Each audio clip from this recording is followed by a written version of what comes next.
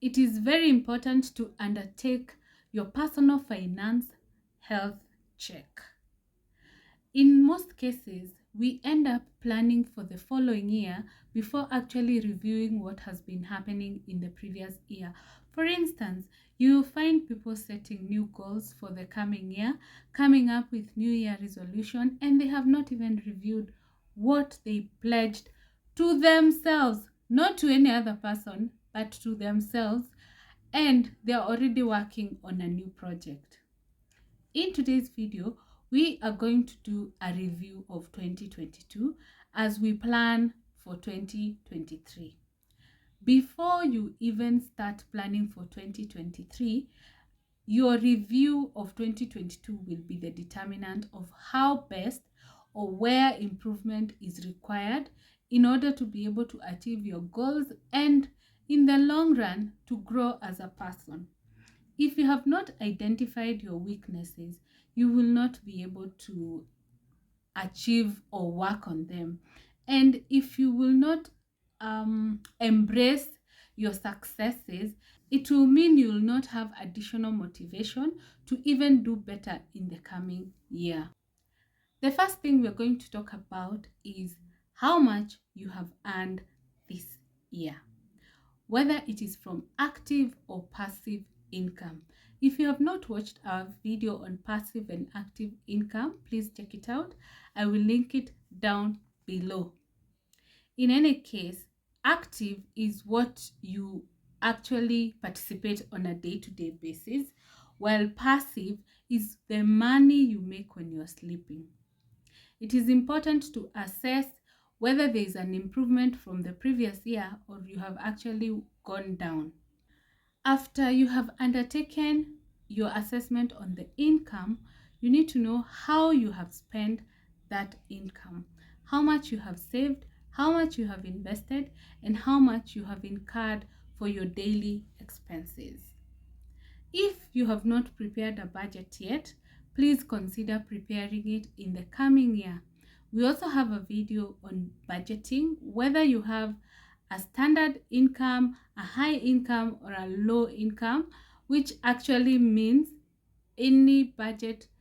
When it comes to low income, I mean when your income is less than your expenses. But if you have been following us, I'm sure by now your income cannot be less than expenses. And if it is, you're still working to align them. Either you are going to reduce your expenses or you're going to increase your income. Remember, reducing your expenses is not always the solution, but you can also increase your income. Okay, so the next thing we are going to talk about is debt. If you're debt free, of course this is not for you, but if you have a debt, this includes as low as mshwari, what is this instant one called, the one for M-Pesa, I can't remember the name, honestly. I don't know why, but if I do, I'll say it. Yeah, so even if it is that small, it's good to review because that will help you know how much debt that you have acquired in the current year and how you need to address it in the coming year, or whether you actually need additional debt to be able to meet your goals. And remember, we said debt cannot be for your daily expenses. The moment you have debt for your daily expenses is the time you realize you're losing it and you need to take action immediately. The next thing we're going to talk about is the decisions you have made in 2022 or whichever year, even if you'll be watching this video 5 years from now. You have definitely made some poor decisions at some point. You have gone for your normal errands and you ended up doing impulse buying. You ended up focusing on sales without actually knowing the initial price, so you just shopped. You have also actually shopped something that you might have needed, but it was not planned for that period. That is a very common thing, especially when it comes to big budget items. Again, we have a video on big budget items. Please check it out. Yeah. So perhaps at that point you have been planning something. I'll give an example. This year I knew I wanted a cooker, but I didn't have enough funds. And the only reason I'm sure I got a good deal is because I had seen it for a while, but at that point I was not in a position to buy it. But it got to a point that I got a really good offer, and I thought maybe I can postpone another goal and pick this one because it comes with a saving. So perhaps someone else has also taken such a decision, which is also important. Remember, it's not always about saving. You also need to have your normal life, and you also have to make your life comfortable. Like we have said, if you're training, you either reduce your expenses or you increase your income. There is always a solution for everyone. So don't feel constrained. And if in this year, actually, let's have our first feedback. If in this year you started a business which has actually peaked based on what you had projected at the beginning of the year, or perhaps even factors that came along in the course of the year, comment down below. Let us know how you're doing and what made you take the bold step, because sometimes the fear of unknown is what keeps us from achieving what we have set out to achieve. Of course, if you made poor decisions, there are some other good decisions that actually are worth it. So you can also comment down below with some of maybe suggestions of decisions that someone can consider when they are projecting in the coming year. Remember, we are here to share ideas of how we can better our lives. So your feedback is very much appreciated. So my name is Jessie, and this is Jess World, where we talk about finance, personal development, travel, and community service. If this is your kind of content, kindly consider subscribing and joining the family, and also you can share so that we grow our audience. So the next thing we're going to talk about is the best investments decisions that you have made. Have you invested this year? Perhaps. I don't want you to comment. Please note it down on your book so that you can take action on it. So, if you have made investment decisions, review them and see how well they are doing. How do you do that? On a monthly basis, if you have investments which have returns on a monthly basis, you can be checking them on a monthly basis. And if you're not able to completely, you can do it on a quarterly basis. And you can review how well they're doing and also survey the market. Remember, we also said you can always get a professional to help you in growing your wealth and advising you on how to get the best investments. Sometimes the best is not always the best, but advising you on, I would say, the risks involved, because basically it's the risks, and we all know the higher the risk, the higher the returns. So you need to also assess your risk appetite even as you're investing. So as we go to the next year, review what you have achieved this year in terms of investments, and of course the returns that have come with the investment. The next thing we talked about in the course of this year, we talked about your net worth. Comment down below if you took the net worth test, which we said is your assets minus your liabilities. And you have to put into consideration all your liabilities. Don't even forget M-Shwari, M-Copper, whatever debt that you have, ensure it is included. The same case applies with investments. Whatever investments, no matter how small, include it. It is important so that you know what you need to do to get to the next level.